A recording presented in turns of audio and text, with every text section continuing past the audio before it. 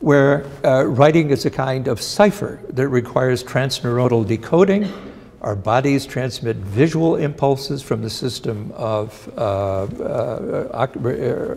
receptors to another neuronal matrix that translates them into auditory signals, excuse me.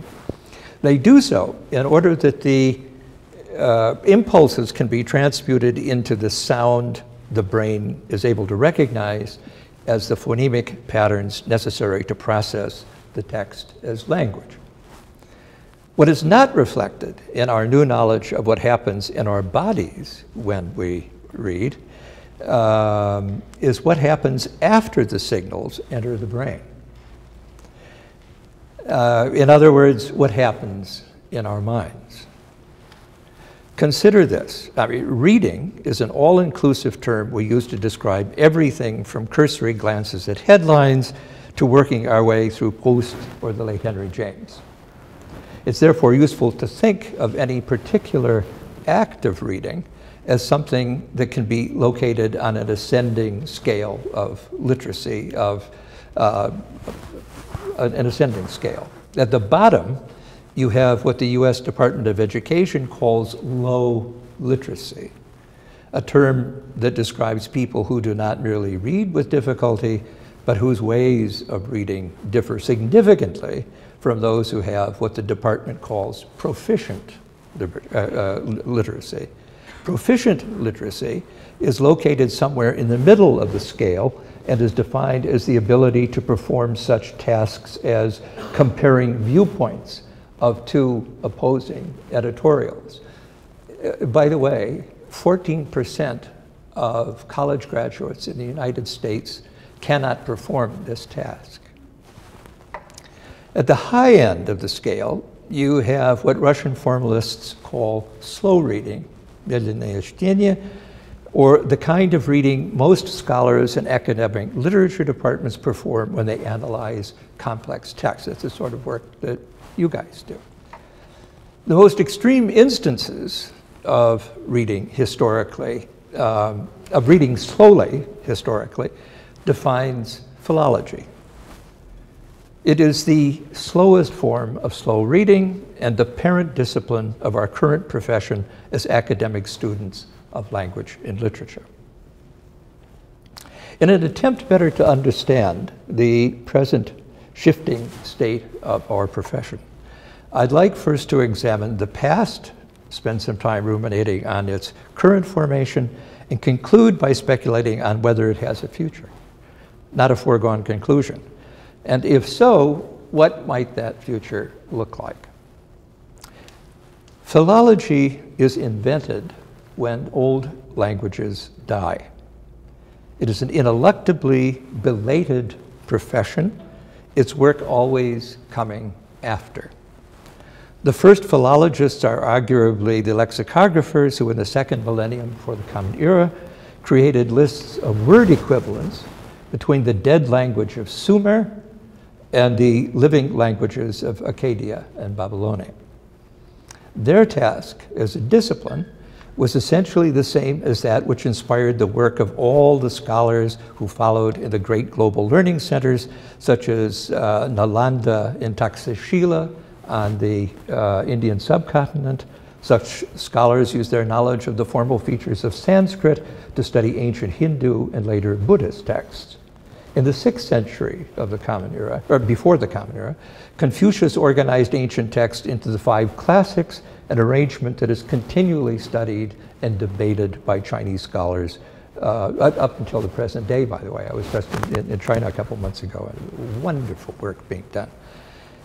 After the 7th century of the Common Era, the rapid spread of Islam necessitated a uniform administrative language and script across new frontiers. A storm of scholarly activity is unleashed as classical Arabic is studied in centers such as Fez, Timbuktu, and Al-Azhar.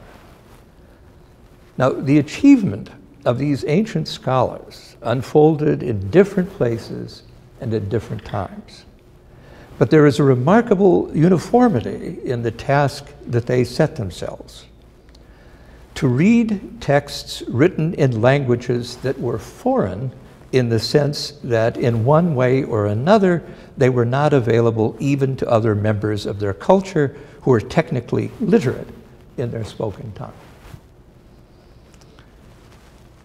At different times and in different places, we see the same need to treat language as something other than the mere means of communication.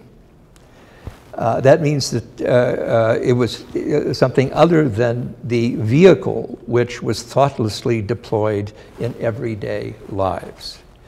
And in each case, we see application of similar practices of slow reading informed by deep erudition. What we get is a pattern of temporally and geographically isolated formations of what is essentially the same discipline. Taking a page from the studies of the natural sciences, which chart the course of disciplinary identity by using revolutions to chart their history, we may think of these isolated inventions of philology as the first in a series of revolutions that will shape the later development of the discipline.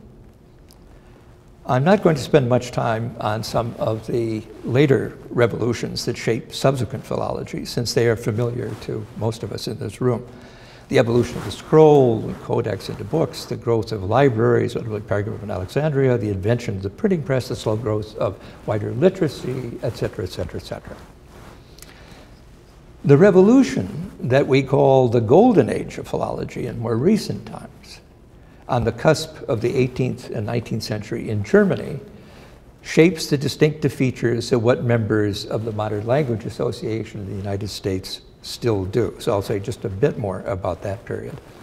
The Golden Age may be said to have its roots in Kant's Copernican revolution, with its radical implications for education that inspired foundation of the first modern research university in 1810. One of the major figures in the foundation of the University of Berlin was August Friedrich Wolff, who, not incidentally, was holder of the first doctoral degree ever awarded specifically in philology at Göttingen in 1779. And May 13th, of every year is still celebrated as the birthday of philology in Germany. It was precisely at that moment when philology was triumphantly reshaping the academy that its decline as a profession begins. The critical thinking inspired by Kant that Wolff and his friend Wilhelm von Humboldt celebrated as Paideia or Bildung was quickly reined in by post-Napoleonic rulers in Prussia, culminating in the repressive Karlsbad decrees of 1819.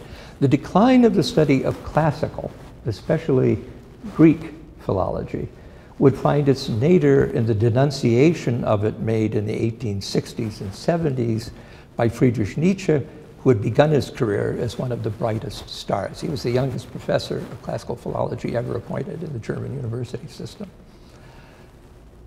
The meteoric rise and fall of philology as discipline at the end of the 18th century results from yet another revolution, the formation of the new science of linguistics.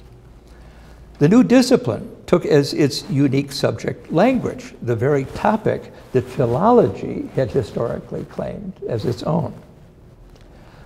The study of new linguists was ruled by comparative rather than historical methodology. In 1786, and this really was a revolution, Sir William James demonstrated the kinship between Sanskrit, Greek, Latin, and many of the other European tongues, including German.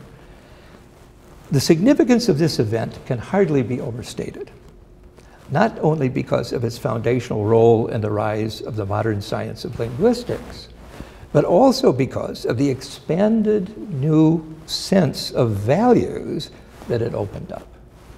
Jones not only showed connections between Sanskrit and European languages, but he did so in terms that valorized Sanskrit's historical priority.